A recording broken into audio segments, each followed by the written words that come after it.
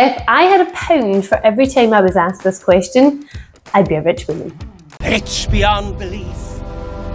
Look, the grants world can be incredible. It can push your innovations to entirely new heights. But it is getting tougher and tougher to win because the competition is intense. And you won't stand a chance of winning unless you've at least considered these 8 points. So listen up. Ron, are you paying attention? Nope. First up, do you have your core team together? I'm talking the CEO, CTO, CFO, because if you want their costs covered by a grant, they need to be sitting on your payroll. Next up is matched funding. Now, most innovation grants will require some form of this, where they give you part of the project costs, let's say anywhere up to 70%, and then you need to find the remaining 30% from somewhere else. Now, the reason you're expected to have these costs up front is because you're not seeing a lick of that grant win until at least 6 to 9 months after you apply. Why is that, you ask? Because once you apply, you need to give the assessors time to go through all the applications, choose the winners, carry out the due diligence, and then you need to begin your project, so that might be a couple months or a few months down the line. And even then, you need to have the funds to begin the project because you don't get the money transferred immediately to you. What happens is you have to carry out the work for the first 3 months and then you get reimbursed the 70%. And whilst we're on this point, assessors actually have the expectation that you would be carrying out this R&D project regardless of grant funding. The idea being that your technology is just so incredible that you'd be doing this with or without their help anyways. This is amazing. Number 3, let's say the perfect pot comes along. Who's writing your application? If it's a DIY job, then more power to you. I just hope you know what you're doing.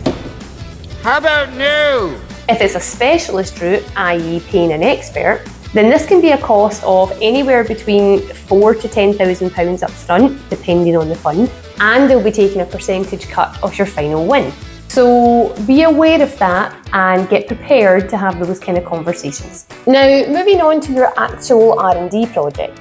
Listen, this is taxpayers' money you're asking for. So the assessors are looking for bleeding edge technologies. What you're offering needs to be game-changing, super disruptive in the industry. If it's something that can be easily replicated, kiss goodbye to winning.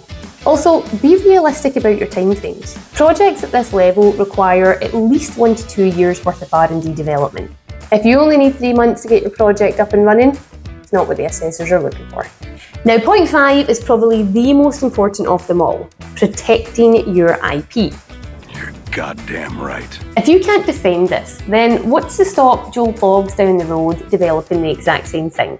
And if there's nothing to compare your product to, i.e. it's the first on the market, it's really cutting edge, the assessor wants to know, why hasn't someone else in the industry already tried this? Was it too technical? Was it too expensive? Was it too complex? If your answer is, I don't know, it's pretty simple to do, don't apply for innovation grants. Now, a few more things to note is that for most UK grants, you need to A, be a UK registered company, pretty obvious, and B, for profit. Now, that doesn't mean you have to be in profit when you apply. It basically just means that your project is fit for commercial purpose, i.e. you're planning on making a buttload of money from this. Raise your hand if you want to get rich.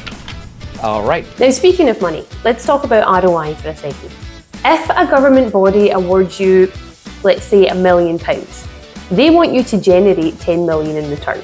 It's easy maths. Man, I'm tired of being right.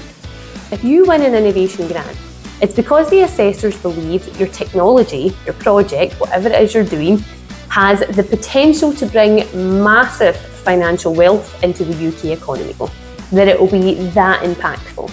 Does that sound like your project?